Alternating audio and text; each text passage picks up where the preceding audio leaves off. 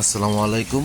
শিলাবৃষ্টি বন্ধ হয়েছে, কিছুক্ষণ হয়েছে। এই যে দেখেন, প্রথমে চুরো চুরো পড়ছে, এরপরে দেখেন পাথর, এত পরিমাণ পাথর পড়ছে, হয়তো গলে গেছে কিছুক্ষণের মধ্যে। ওই যে রাস্তাতে এখনো দেখা যায় পাথর। প্রচুর শিলাবৃষ্টি হয়েছে। এই যে এই যে।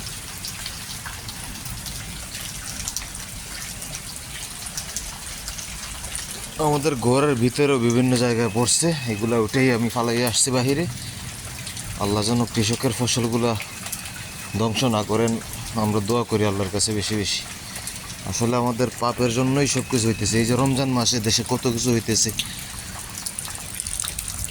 মানুষের মাজলুমের আর্তনাদ।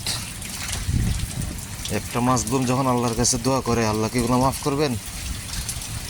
আল্লাহ আমাদের উপর গজব নাজিল করতেছেন একমাত্র আমাদের পাপের কারণেই। আমরা দোয়া করি আল্লাহ যেন আমাদের সঠিক বুঝ দান করেন।